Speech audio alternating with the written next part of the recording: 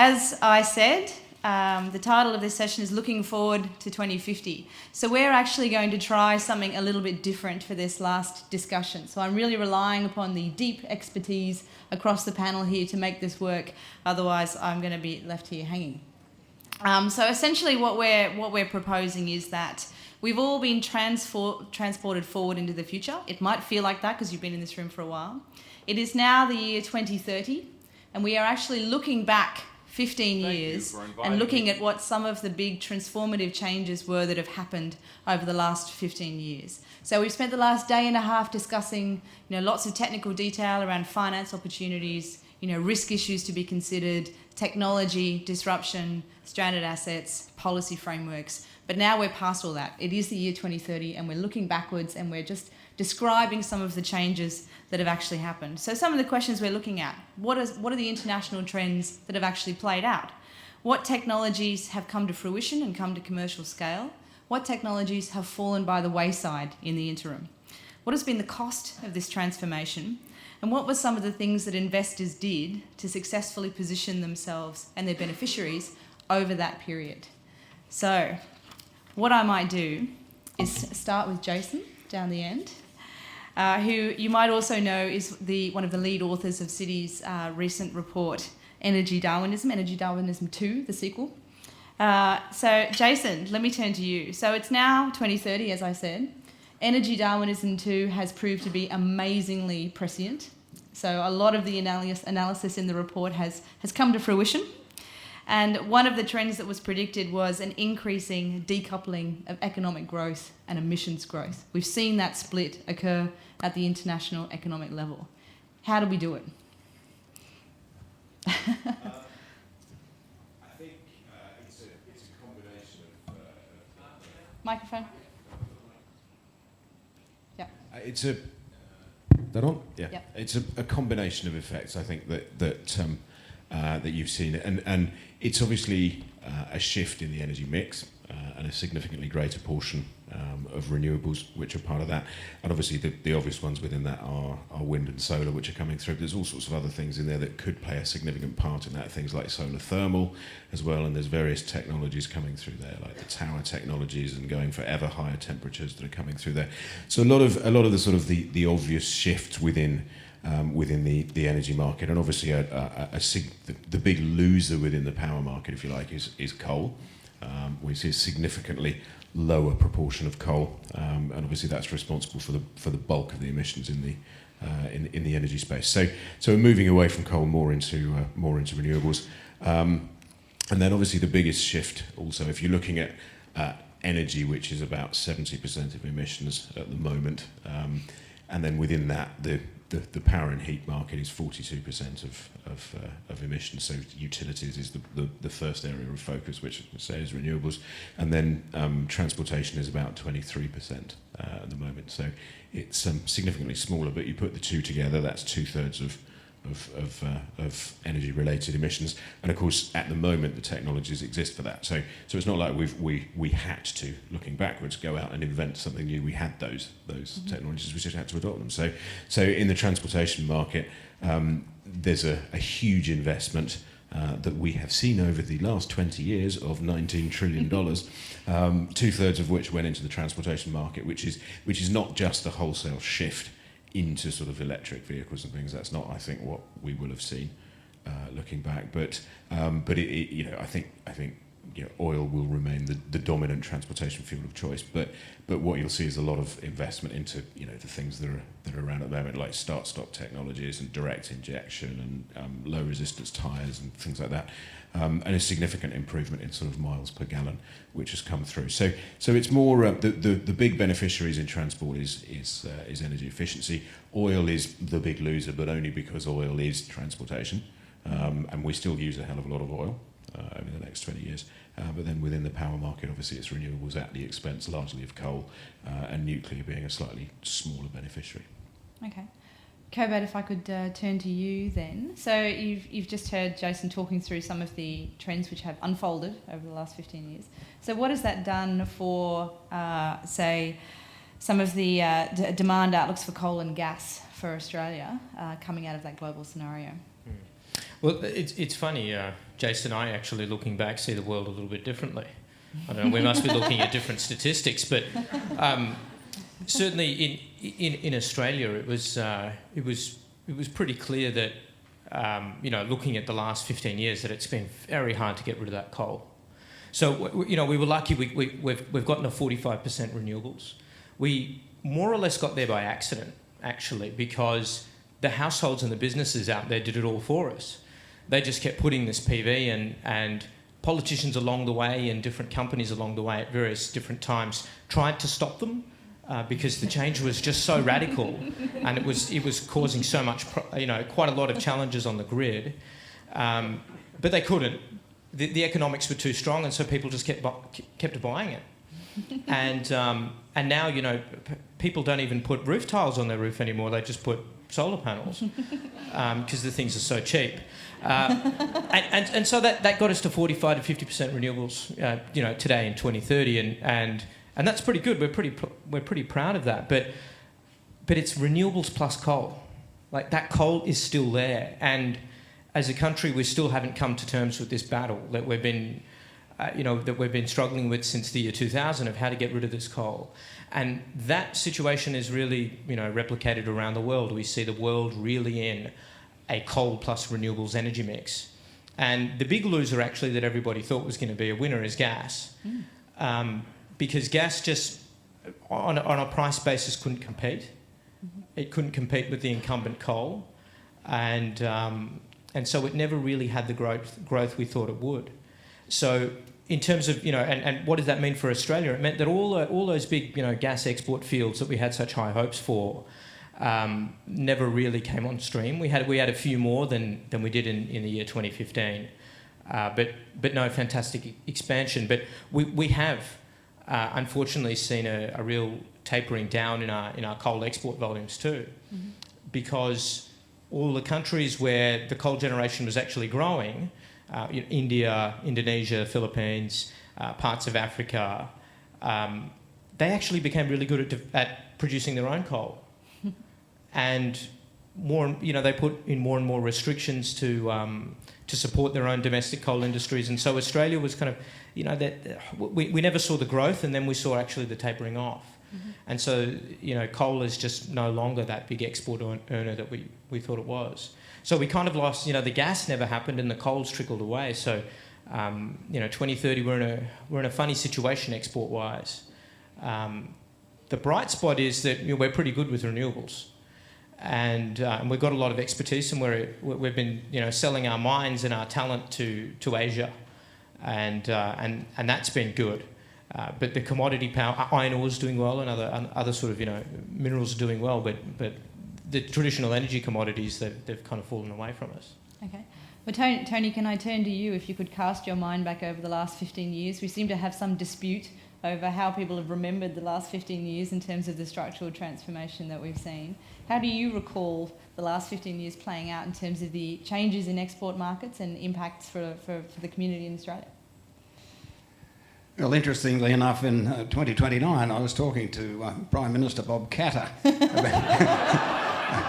about this very issue, and he was quite excited about the development of ethanol in North Queensland, which has become a very economic source of land use, apparently. What I am pleased to see, and there's the good and the bad, I guess, Emma, in terms of looking back over the last 15 years. Something very significant did happen 15 years ago. We changed directions in terms of the leadership of the country. Now, people at the time thought that was a good thing, but the jury was out for quite some time. But what we did find, as time went on, that there was a unified approach by the major parties to this very issue of climate change and being part of the broader world. So we saw a number of things happen in terms of policy, and one of the great failings before 15 years ago was that there'd been a lack of consistency in terms of policy approach. People such as the investors, were very wary of essentially doing anything because they couldn't trust the process. And with the advent of the new Prime Minister back in those days, and the extension of that with Prime Minister Katter, of course, we have seen some consistency of policy. What we also saw was a community that actually wanted things to happen. The community actually led the debate. And we saw that happening globally as well. But there were a number of leaders that actually took us forward in terms of addressing those issues. I won't go back over a lot of the national and international things because I'm not qualified anyway, but one of the things that has happened on the good side in regional Australia is that we now have a lot of microgrids. We have a lot of use of biodigestion in terms of the meat processing and other sectors to produce energy on site. All of those biodigestion plants now are not only much more economic than people thought they may be 15 years ago, but they provide power, clean water, and in some cases fertiliser, etc., to their various communities. So that's been a great thing for Australia. On the bad side, we sort of agreed some years back that 2%, we'd try and adapt to a 2% world because we were worried that it might get to 4 or 5. 2% has had an enormous impact on agriculture, particularly in the Murray-Darling. And I remember years ago hearing a little-known politician called Adam Bant talk at a meeting that, about the impact on the Murray-Darling. I hope you're not here, Adam. He had the office next door to me for many years. Good guy. But the 2% increase in temperature had an enormous impact on some of our more productive areas. So even though there's been adaptation to climate variability and climate change, there has been significant impacts on our capacity to maintain our exports. One thing that did happen though, and I was very pleased that the assembled finance group took up the challenge 15 years ago. That if you're serious about climate change and the food issue in terms of the globe, we really need to look more seriously at the capacity through plant breeding to develop a cereal that nodulates nitrogen. Nitrous oxide is obviously one of those gases that has an impact. Fertiliser usage is an extraordinary agriculture heavy consumer of nitrogen. There is no real reason, other than the lack of real scientific effort, that we haven't been able to do that globally. And that's a challenge that Prime Minister Katter has asked me to give to this audience today. Well, Anna, if I can turn to you, if you could cast your mind back 15 years from the benevolent reign of Prime Minister Katter, and think about some of the transformations that have happened at an industry sector level. And if you could also just comment on whether your recollections align with what we've heard so far as well. I think there's two streams of recollections. They're the stream where we could see those trends coming, that a lot of the solutions come from technologies that have been around well over 15 years. And the real task was to accelerate them, to actually deploy more widespread uptake of good old-fashioned technology that is smarter than the mainstream, but was already considered standard in 2015, but might have been considered best practice by those that hadn't upgraded their equipment. Then there's another stream of looking back where we weren't able to predict it, and that's often put in the basket of disruption, or you can put it in the basket of exciting progress. Terms that were very new in 2015: additive manufacturing, 3D printing, the convergence of the digital revolution at the same time as the real commitment to 2 degrees climate stabilisation. Bringing those two together can unleash, and in fact we've seen it unleash, some really positive but unexpected breakthroughs. And they're in specific sectors, and so they're the ones where people weren't really sure what that was going to do. We're now beginning to see that it's bringing meaning to what we were hearing back then around circular economy. Particularly, we've seen the Internet of Things explode. We've seen equipment get a lot smarter, and all of that smarts has a co-benefit of energy efficiency, which has helped manage energy demand. But it was really focused on the consumer at the centre of the picture, and that's really building on the first 15 years of the century, where we had the iPhone revolution and the real awakening of consumer-centric, consumer-focused equipment, and that happens to have enabled a more efficient use of equipment and infrastructure. And we saw the entry of Apple into the electric car market alongside the iPhone market. At the structural level, it's been more of an energy fuel mix transformation than it has been an economic restructure, apart from the obvious candidates of coal exports and particularly oil refining, where demand is tapering off because we're heading into COP36. So post COP15, there were two big ones in COP20 and COP25, where we saw the gap, the 2.7 degree gap of commitments. The pledge and review process got refined, getting closer, and the COP25 was a really big milestone where the INDCs got us onto the 2 degree path. So that has certainly tapered off the growth in fossil fuel exports. Of course, it's only 2030. We're not at the net zero 2050 landing point yet, so there's still fossil fuel use. But what we've seen in Australia is that largely our economic sectors are still those that we were familiar with in 2015. We have a strong mining sector, uranium, lithium, particularly products for the digital economy, as well as copper and our other minerals, still going strong. And the mining industry has managed to harness a lot of the remote energy sources, off-grid solar, battery, biodiesel, and use of their own gas to lower the emissions footprint, so that we've got a thriving mining industry.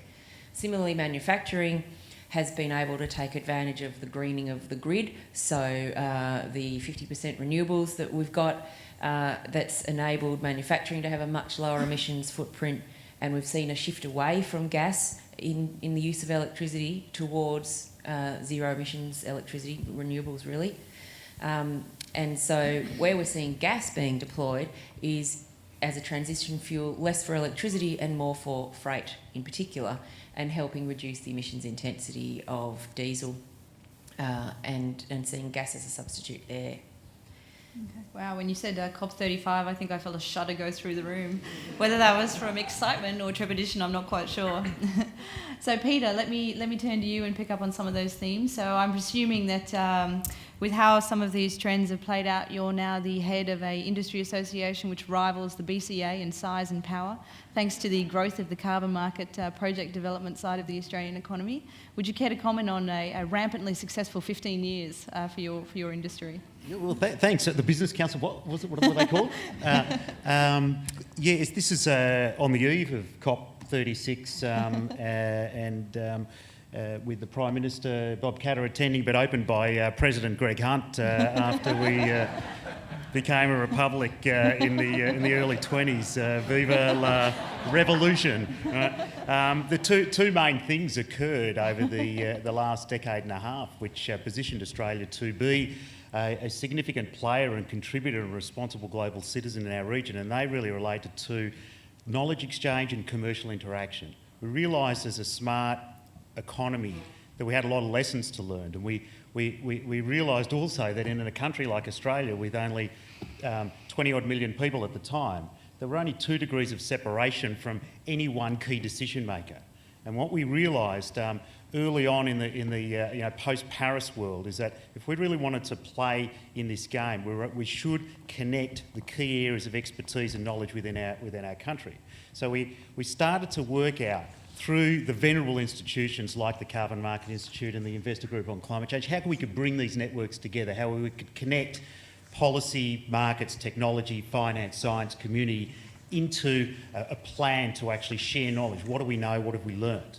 We'd been all operating at that time in silos, effectively. We'd attend conferences and summits where it was predominantly monoculture.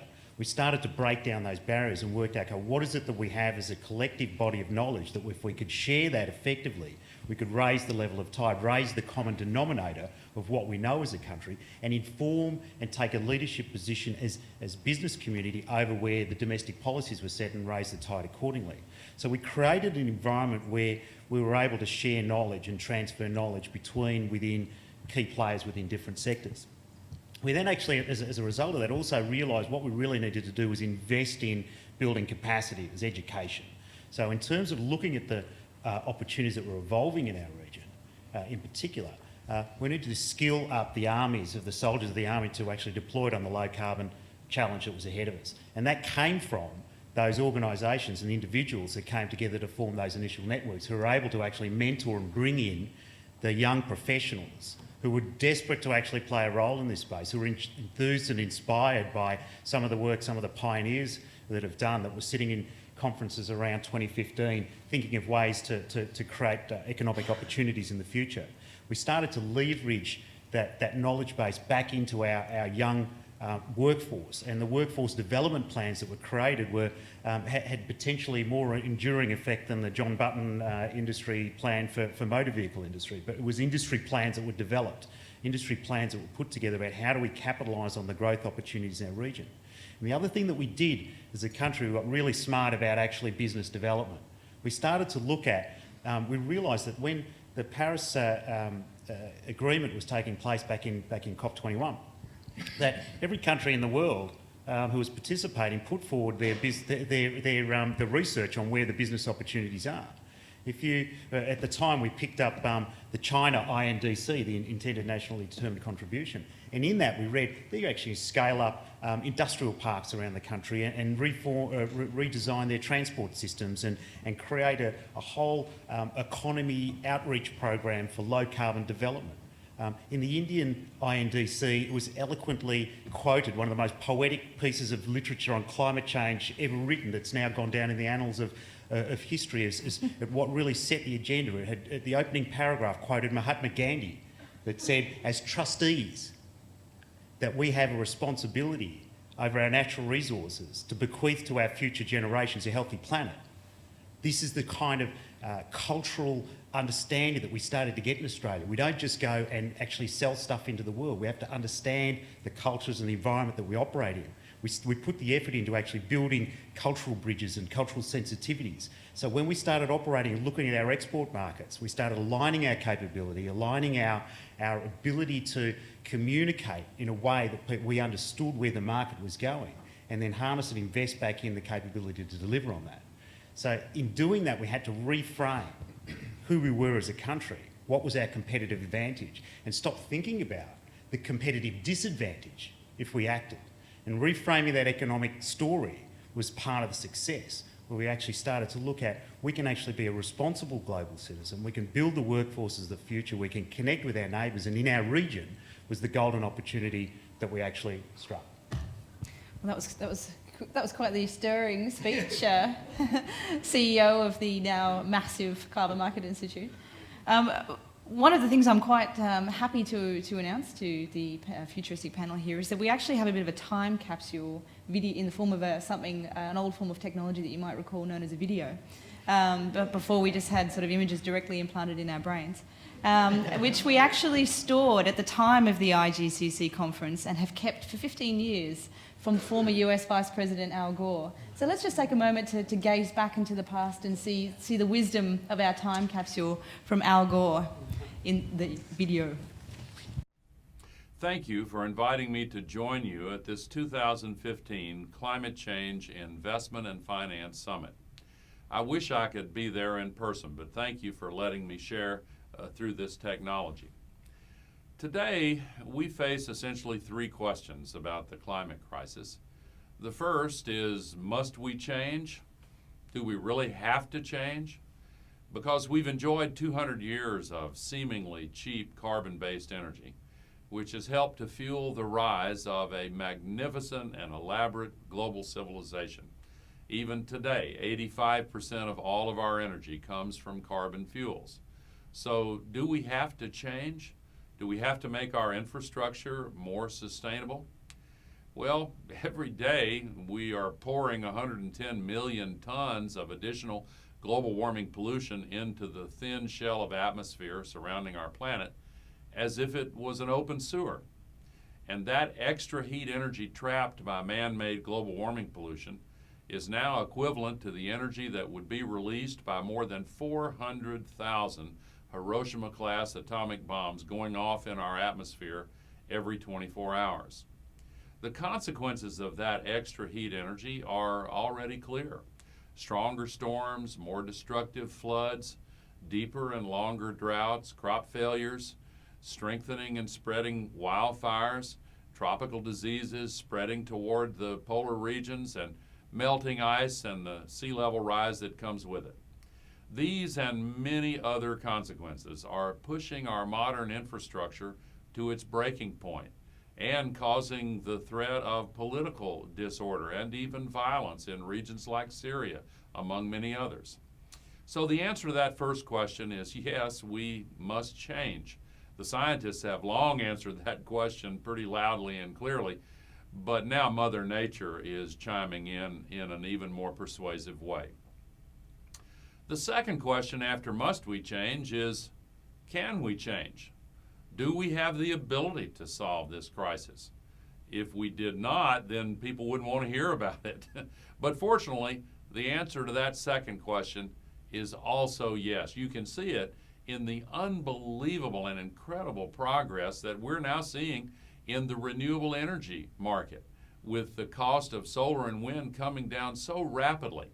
And we see it in the tremendous work of some of the companies represented here today.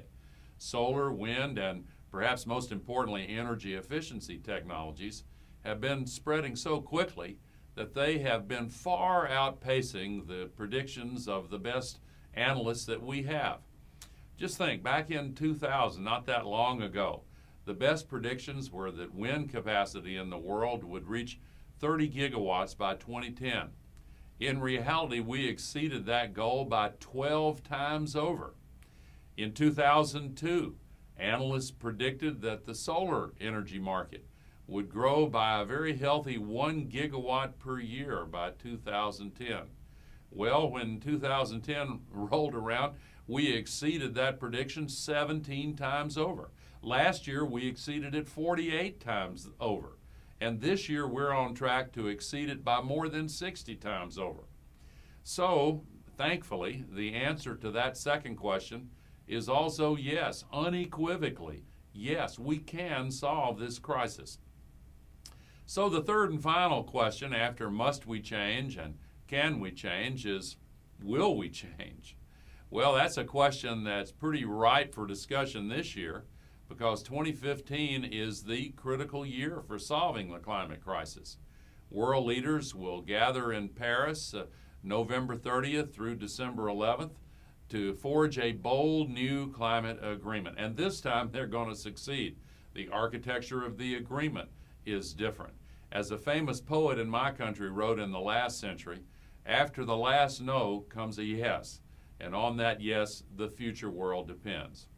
So in order for these Paris negotiations to be successful, it's crucial that the investment and finance communities play an important leadership role in identifying the economic, social, and environmental benefits of a world that doesn't see a temperature increase of more than 2 degrees Celsius. It needs to be less than that. In Australia, business is now leading the way. That's a complicated story, as you know, where the government is concerned. But business has to return to the forefront, along with government, of innovation in climate solutions and in taking climate action. By doing so, Australia can help ensure that this Conference of the Parties, the 21st in the series, the critical one, does indeed produce a strong emissions reduction agreement. All sectors of society, government, business, civil societies, communities, All have to be engaged in making the Paris outcome a successful one. But just as importantly, we've got to engage in the months and years beyond Paris in building a global, sustainable economy. We're going to win this struggle. That's now certain. But the remaining question is, how long is it going to take us to mobilize an effective answer? Because damage is being done every day, and we need to solve it more quickly. Investors and companies that are focused on resource productivity, that are nimble and flexible, and ones who appropriately incorporate the externalities, both positive and negative, that are being driven by the climate crisis, can and will thrive as we make the transition to a low-carbon economy. As investors, we can identify those business models that are likely to succeed and showcase the opportunities that are inherent in this historic transition. It's the biggest business opportunity in the history of the world. And I think it's time to realize that in this current environment, the future drivers of financial returns are likely to differ significantly from the past drivers of financial returns.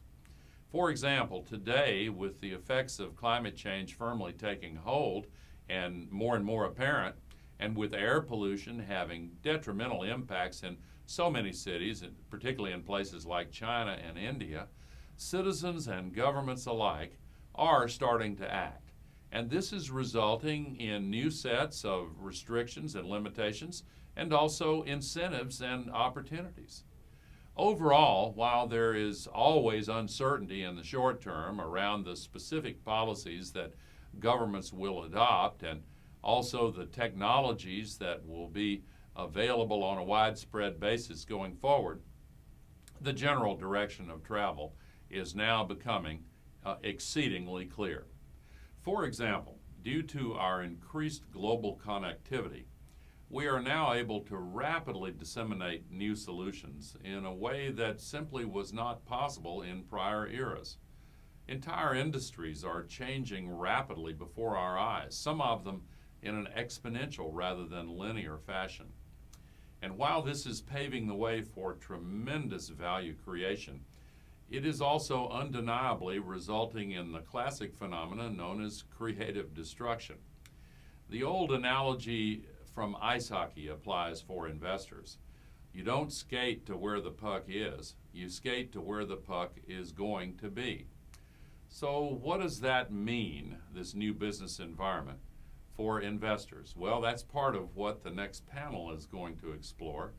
But I'll conclude by saying that, in my opinion, it's a very exciting set of opportunities for those who fully integrate sustainability into their investment models and look not only at environmental sustainability and the implications of the climate crisis and all the opportunities that are now emerging to solve it, but also at human capital and the impact on communities, the ethics in the executive suites of companies that you're investing in, and all aspects of sustainability. In taking that approach, the opportunities can become a lot clearer. I wish all of you well. I'm very excited and optimistic, and I look forward to learning about the results of this year's meeting. Thank you. Thank you for those wise words, former US President Al Gore and now Supreme Leader of the UN World Government in 2013. And let me turn to you, Kobad, to ask the next logical question in that sequence. Did we change? And what does that change actually look like in terms of our energy markets in particular? Well, it was amazing how young did he look there. He's so old now. But yes, we did change.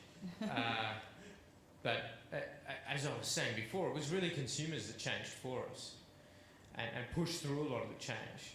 And I mean, it was good through the through the COP pledge and review system. Australia ramped up its target, and we got to a 50% reduction in 2030. What we just met, we did it. You know, there was a fair bit of domestic economic transformation, but we imported a lot of carbon credits as well. So we didn't change everything. We didn't change as much as we really needed to get that goal on its own. But God, the energy market looks really different. Looks really, really different now. And a lot of those companies, I mean, you think of all those grid companies in particular, they went through a lot of turmoil, a lot of torment, trying to reinvent their businesses as this new technology, and then all of the new business models that came up, all of the apps, all of the smart technology that created this new virtual layer of price signals in the market, of new trading platform that was completely separate from the energy market operator and the market commission and the rules. It just came into being, and everyone was scrambling to try and control it, or make it work for them, or or bend the way. And then finally, we had some good leadership, which just told regulators and government to get out of the way, and let technology and the market rip and solve this. And we saw some really new and excellent businesses, but we saw the death of a few of the old ones. And one of the real painful things for a lot of the investors that were in the room at this conference I was at in 2015. Great conference I was at. Before I was CEO of Bloomberg New Energy Finance, when I was just the head of Australia. A lot of them lost a lot of money in a bunch of companies, and they lost a lot of money in the grid, because the grid took a huge write-down. Because that huge regulated asset base, billions and billions of dollars, just had to be halved because it only had half of the value. And then those businesses painfully transformed and started to provide a service rather than just selling megawatt hours. But they got there, kicking and screaming. They got there, and now energy today really looks like mobile telephony and newspaper media did back in 2015 when I was at that conference, where a lot of stuff happened through an app, and so it was still some of the old companies, but they provided some of the old service, but most of the service was oriented to the new. So I was still picking up the newspaper from the Age, but I was actually getting most of my information in a different medium. I was getting it on my mobile phone. And similarly now in my energy, I get some of it from the grid, but 50% of it I get from the PV and the storage system that sits in my backyard. So there was a lot of change, yeah. Jason, does that, I know hazy differences previously, but does that reflect some of the changes that we've seen in energy generation and transmission internationally? I think it does. A lot more distributed generation around the world. It's a regret that there are still developed nations around the world that are still using very large proportions of coal that are out there, and I think it's been difficult to deal with the ostracisation from the global community on the basis of that, and the fact that many major economies have adapted in larger ways, but some have stuck to stick with coal. But I think there has been a general shift around the world into a much sort of bigger proportion of renewables, a lot more distributed generations, as you say. Millions of individual energy traders out there who've got their smart appliances and their home energy management systems. I think one of the regrets has been that in the same way that the utility industry now is much of that is nationalised around the world with, as you say, RAB-based rates of return regulation and users backup generation, and the attempts of various governments to add CCS onto that to make that coal generation even more climate friendly, but obviously the prohibitive economics of doing that, and simply because there hasn't been enough new stuff built to get the cost of that down, has been something of regret. I think it's been interesting that it's been a lot of the tech companies that have actually grasped that domestic innovation in terms of owning the customer. It's a regret that the utilities didn't take more of the opportunity from one of the big assets that they did have, which was the relationship with the customer base, and the fact that it was obvious that somebody was going to make a lot of money out of controlling those millions of energy traders, and the tech that went into that and the control systems that went into that. But I think the other thing that's been very exciting has been all the innovation in financial markets, which has made this transformation happen. So, the expansion of things like green bonds and transformation of covered bonds into the market, as well as the sort of the re-emergence of yield codes around the world. But also, I think the things that surprised us as well, whereas we looked at the 100 billion fund and expected that to be invested in sort of green energy around the world, but in actual fact that we ended up using a lot of that to actually provide credit enhancement, which then allowed the very large quantities of assets under management that existed in 2015 to invest around the world in credit on the basis of credit enhancement, because it just transformed it into investment grade. So a lot of exciting transformations, I think. Well, that's very exciting news for the rest of the audience who are possibly still stuck in 2015. But Tony, we've heard the rise of the consumer / energy trader / ultimate benevolent asset of energy utilities, but also the people that got the government out of the way. Do you have as much faith in the role of the people in terms of helping open the door to technology and innovation in the market to solve a lot of these issues? I didn't quite hear the start of that. If I could just pick up on the point that Mr. Bloomberg made, we did change, and I think it relates to the question that you're asking. But I just if I could give two examples of how we changed at that micro level and did require investment at the time. And the Clean Energy Finance Corporation was a very important part of encouraging that investment. There's an abattoir or meat processing works at Inverell, employs about 800 people, very significant. It had a waste management issue. It decided, with the assistance of government all those years ago, to actually look at how it could turn its waste into energy. And it did that with a biodigestion process that actually has all the capacities that normal biodigesters do have, but the additional technology that allowed it to digest the contents of the fourth stomach of the animal that had been slaughtered, which was an enormous breakthrough at that particular time. The end result of that change was that plant went from 35,000 tonnes of CO2 equivalents emissions down to less than 1,000. It went from having a waste issue to having clean water and biofertiliser. So it actually created 2 additional businesses and employed an additional shift. So that business was able to ring-fence itself from the grid, and there's significant issues in terms of that with the continuation of microgrids and the impact that it has on the major grid.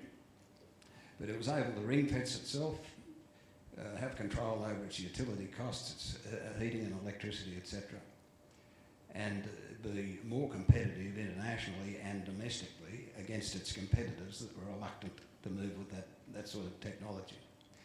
That same thing has been happening for the last 15 years as well, with some of the mitigation in terms of climate change, the 2 degrees. There's a lot more of our vegetables that are grown in greenhouses now, and there's CO2 injection taking place from some of the archaic furnaces that they still have in some of those plants. But a lot of that technology also addresses the nitrous oxide issues in terms of fertiliser, etc., to the greenhouse. The third thing I just mentioned in terms of an example is the City of Tamworth in 2025 was able to take itself completely off the grid by doing a similar thing, converting human waste and other waste into energy and utilising that process. So we saw this enormous change, and when you extend that across the globe, where people were the drivers and the innovators were the ones that were actually driving the process with many good investors, we were able to achieve that very successful change. So I was optimistic then, and I'm optimistic now. That's great. Peter, so those are the kinds of projects that sound like they were funded by the multi-billion-dollar emission reduction fund now into its second decade of operation. offering fixed government contracts for large-scale abatement purchasing. Do you see the market around domestic offset project developers continuing to grow under either the emissions reduction fund, which has obviously been wildly successful, as well as additional sorts of market-driven offset procuring type projects? Well, what happened again post-Paris Agreement way back when was that carbon market mosaic evolved around the world, where some of the largest economies, including China, including Korea, and then progressively through other states in the United States, started to develop what was really from a business call to provide certainty around carbon pricing. So the regulatory environment changed significantly around the world, where carbon pricing became more the norm. And in many of the regulated markets, in many of the compliance markets, there was the facility to use domestic credits for liable entities as part of their acquittal against their liability. And what we realised in Australia was way back in 2011, 10, 11, 12, was Australia developed a world-class system for governance of a domestic offset scheme under what was called the Carbon Farming Initiative. It evolved into the Emissions Reduction Fund, which was wildly successful and, dare I say, rock solid as a policy. But the capability that was developed by what was called the Clean Energy Regulator at the time, that merged into the Office of Climate Change, the Clean Energy Regulator created a governance and administration that was world-class. The units that were created were Australian carbon credit units that became known around the world as premium standard credits, that through the government's efforts in working with other markets as they evolved to help the institutional strengthening of how you could set up and operate a carbon market, we tapped into our professional services, our regulatory and our bureaucrats to be able to go and basically help create market infrastructure in Indonesia, in Thailand, in parts of Africa, where the capability in Australia to help set up the governance framework allowed them for the unusual, wasn't planned at the time, but was actually the fungibility of export of Australian carbon credits into those markets. So because we did the work of working with countries in setting up their markets, the capability that we had in developing projects, the capability we had in regulating and providing the monitoring and verification and issuance of units, meant that we were in a perfect position to say, hey, as you set up your market, maybe for the liable entities, you can actually incorporate and use Australian carbon credit units. So instead of it being a net importer of credits, we actually created an export market for the capability that we developed from our land-based, originally our land-based capability. And when you look at what happened in China when they initiated their first national emissions trading scheme in 2017, one of the largest sources of domestic offsets was actually through the addressing desertification in Western China, where we were able to transport capability built up in Australia to develop projects for reforestation and carbon sequestration that actually transformed the environment biodiversity of Western China, but created units that were able to be fungible into the Chinese scheme. So some of the humble operators that back in 2014, I think it was, were sitting around twiddling their thumbs saying, we don't have anything, we've got no carbon policy, the liable entities don't exist anymore because who was that guy that was running around with the big axe that chopped our carbon tax up into little pieces? Lizzie Borden took an axe and he disappeared off the scene, but for a few months there was sitting there with no market. But Australia actually got back into the game by maintaining and enhancing the well-designed, well-governed scheme, and now we export to the world. Big export industry in carbon. So Anna, now we're in 2030. We've made some significant progress. We're tapping into international trends. We've got strong consumer support and public support. We've been through a volatile period in terms of our energy markets. But we've still got a fair way to go. We still have to get to 2050 when we're aiming for net zero emissions. What are the kinds of industry-wide transformations that we're going to see between 2030 today and 2050, which will get us to that actual net zero goal? Well, it's a good segue actually to pick up on Peter's last point around the land sector, because it's only just really in the last 5 years or so there's been some headspace to sort of in recovery from the turbulent energy market disruption that really the consumer push led. that there's been a bit of policy and community headspace to say, all right, well, what comes next after energy in terms of the decarbonisation pathway?